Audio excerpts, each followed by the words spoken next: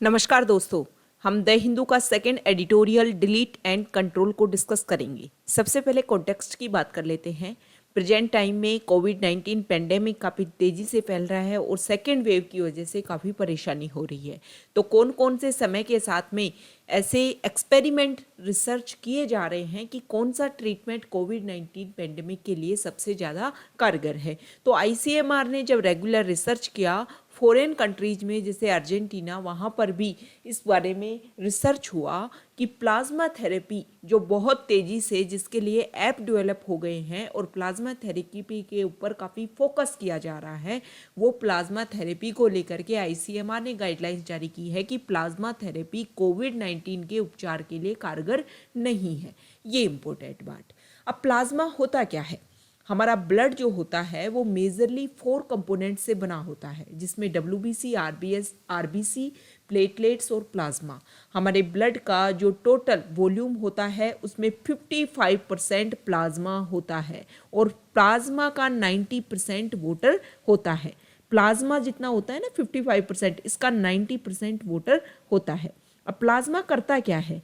Plasma ये करता है कि आपकी बॉडी में कहीं पर भी कुछ चीज़ें ख़त्म हो गई है, जैसे आपके हाथ में कुछ कोहनी में दर्द होने लग गया है, आपकी हड्डी टूट गई है या फिर कहीं कट गया है, तो उस एरिया को जल्दी से रीडेवलप करने के लिए प्लाज्मा सबसे इम्पोर्टेंट होता है। आपके ब्लड में जो भी एंजाइम, जो भी प्रोटीन, जो भी एंटीबॉडीज़ हैं, उन सब को लेकर के प्लाज्मा उस जगह पर पहुंच जाता है और बहुत जल्दी आपकी बॉडी को मरम्मत करता है। वो होता है प्लाज्मा। इसके अलावा आपकी बॉडी में कोई फंगस घुस गया, कोई वायरस घुस गया, तो उससे लड़ने के लिए एंटीबॉडीज़ भी डेवलप करने में सबसे हेल्पफुल होता है प्लाज्मा। अब प्लाज्मा थेरेपी क्या होती है? मान लो 2 पर्सन पॉजिटिव होते हैं कोविड से, एक पर्सन की इम्यूनिटी काफ़ी अच्छी है, प्लाज्मा एंटीबॉडीज़ डेवलप कर लेता है और वो कोविड से सही हो जाता है, नेगेटिव रिपोर्ट आ जाती है। सेकेंड पर्सन की कोविड की वजह से काफ़ी परेशानी क्रिएट हो रही है, जो परेशानी है वो रेगुलर इंक्रीज होती जा रही है, बॉडी में एंटीबॉडीज़ नहीं बन पा रही, तो इसकी बॉडी से, इसके ब्लड से प्लाज्मा को निकाला जाएगा, जिसकी रिपोर्ट नेगेटिव हो गई है, उसको, उस प्लाज्मा को इसकी बॉडी में ट्रांसप्लांट किया जाएगा। अब उसके थ्रू, क्योंकि इसके ब्लड में एंटीबॉडीज़ डेवलप हो गई थी, तो वो एंटीबॉडीज़ आकर के अब यहाँ पर कोविड से लड़ेंगी। तो ये होती है प्लाज्मा थेरेपी और इस प्लाज्मा थेरेपी को मना कर दिया है आईसीएमआर ने कि ये कारगर नहीं है कोविड से लड़ने के लिए। इस आर्टिकल की जो इंपॉर्टेंट वोकेबलरी है उनकी पीडीएफ का लिंक नीचे डिस्क्रिप्शन में दिया हुआ है, या फिर आप द हिंदू सेकंड एडिटोरियल नाम से टेलीग्राम चैनल है, वहाँ जाकर के भी पीडीएफ को डाउनलोड कर सकते हो। द आईसीएमआर मस्ट एसेस मतलब होता है किसी चीज को आंकना, निर्धारित करना, एविडेंस, प्रूफ, साक्ष्य, and be very specific with recommendations, सिफारिश, ठीक है, ऑन ट्रीटमेंट।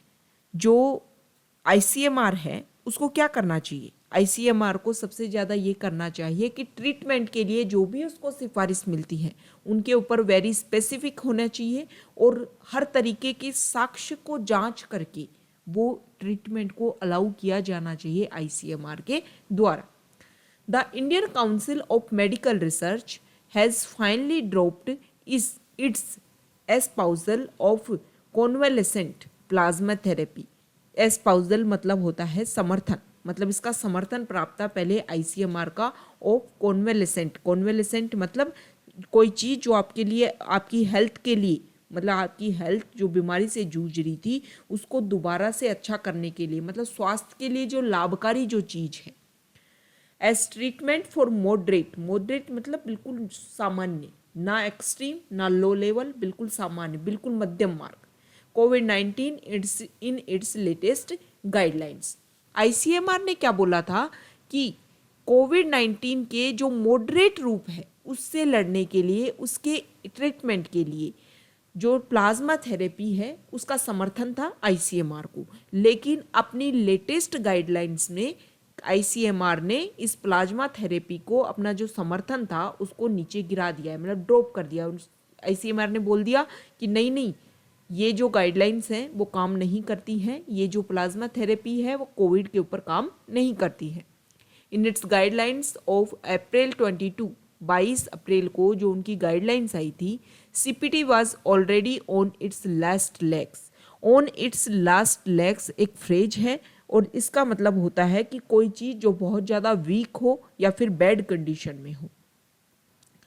तो देखो 22 अप्रैल को जो आईसीएमआर ने अपनी गाइडलाइंस जारी की, उसमें पहले ही जो सीपीटी जो प्लाज्मा थेरेपी है वो बहुत ही वीक कंडीशन में थी, with the advisory recommending that it is advisable only in early moderate disease. अब इसमें ये रिकमेंडेशन दे रखा था, किसमें, जब गाइडलाइंस आई उसमें, कि सीपीटी जो है प्लाज्मा थेरेपी जो है, अगर कोविड आपको मॉडरेट डिजीज के रूप में है, मतलब शुरुआती दिन है और with in 7 days of symptoms, आपके सिम्टम्स के सिर्फ 7 दिन ही हुए हैं, तब ही ये जो प्लाज्मा थेरेपी है वो कारगर है। These updates flow from periodic मतलब एक समय के आधार पर, सामयिक reviews of medicines and treatment protocol by a task force of doctors and experts of the ICMR। ICMR के जो विशेषज्ञ हैं और जो डॉक्टर्स की एक टास्क फोर्स होती है, वो समय समय पर जो मेडिसिन्स, जो ट्रीटमेंट्स, प्रोटोकॉल्स हैं, उनका रिव्यू करते रहते हैं समय के आधार पर। उन्होंने ही ये अपडेट्स दी थी। Practicing doctors are not legally bound to follow these recommendations to the T, but are expected to circumscribe का मतलब होता है सीमित करना their treatments within the guidelines.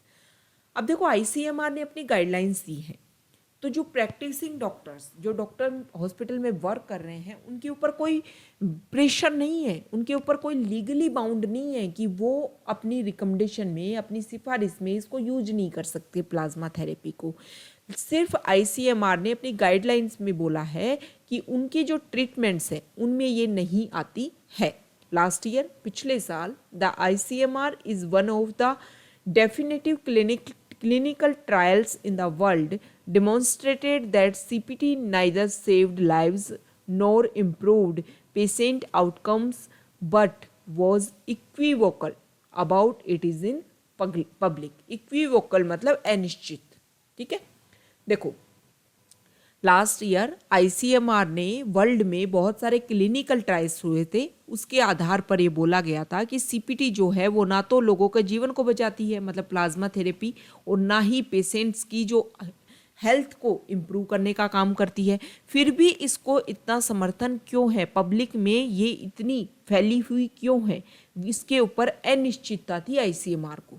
This gave leeway होता है छूट, स्वतंत्रता, टू सम स्टेट्स। इसने क्या दिया, कुछ स्टेट्स को, कुछ राज्यों को छूट दी, स्वतंत्रता दी। पर्टिकुलरली द दिल्ली गवर्नमेंट, विशेष रूप से जो दिल्ली की सरकार है उसको। विच ओपन डिसअवॉर्ड का मतलब होता है इनकार करना, अस्वीकार करना। The ICMR findings encouraging several doctor to put the onus मतलब रिस्पॉन्सिबिलिटी ऑन हेल्पलेस का मतलब होता है अभागा care givers to source such plasma from those who had recovered from the illness.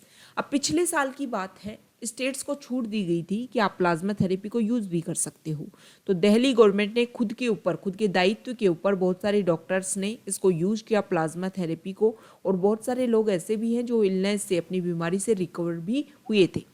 The claimer for plasma के लिए जो गूंज है, जो आवाज़ है, has birth is own kinds of ecosystem. Plasma की जो गूंज है, जो आवाज़ है, उसने खुद का ही एक इकोसिस्टम डेवलप कर लिया है। There were apps designed to connect donors to recipients. ऐसे ऐप डेवलप हो गए हैं जिसमें प्लाज्मा थेरेपी के डोनर से लेकर जो रिसिपिएंट्स है, जिनको प्लाज्मा मिलेगा, जो कोविड से नेगेटिव हुआ है उसका प्लाज्मा मिलेगा, देने वाला और लेने वाले के बीच में कनेक्शन के लिए ऐप डेवलप हो गई।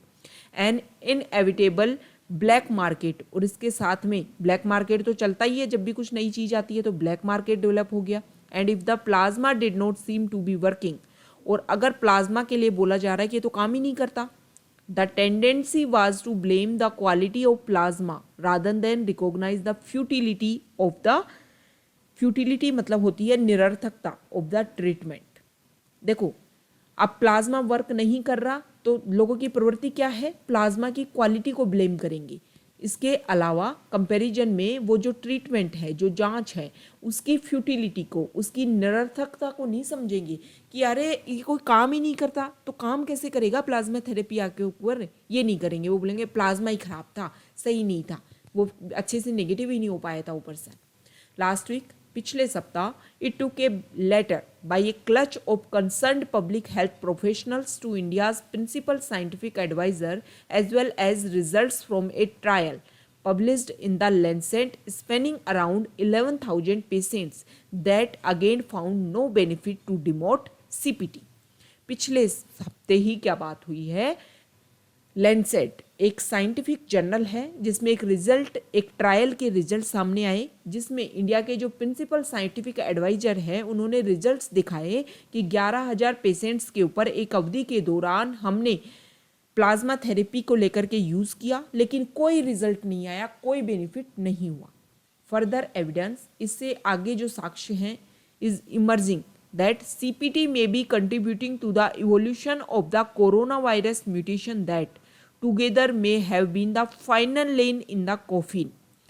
बल्कि इससे ज़्यादा क्या बात समझ के आई है कि सीपीटी जो है, प्लाज्मा थेरेपी जो है, वो कोरोना वायरस के जो म्यूटेशन है उसके इवोल्यूशन को भी कंट्रीब्यूट कर रहा है। मतलब जो म्यूटेशन सामने आ रहे हैं ना बार बार, समय के साथ में प्लाज्मा कोविड बदल रहा है, तो उसमें बोला जा रहा है कि प्लाज्मा की वजह से हो सकता है। मान लो प्लाज्मा जिस व्यक्ति से जो कोविड नेगेटिव हो गया, लेकिन उसके ब्लड में कुछ पार्ट्स तो हो सकते हैं ना कोविड के, तो वो कोविड के पार्ट जब दूसरे व्यक्ति में प्लाज्मा के थ्रू गए तो कुछ नया म्यूटेंट्स बन रहा है। तो ये बोला जा रहा है कि इस तरीके से तो जो लोग हैं वो अपनी डेथ को निश्चित कर रहे हैं।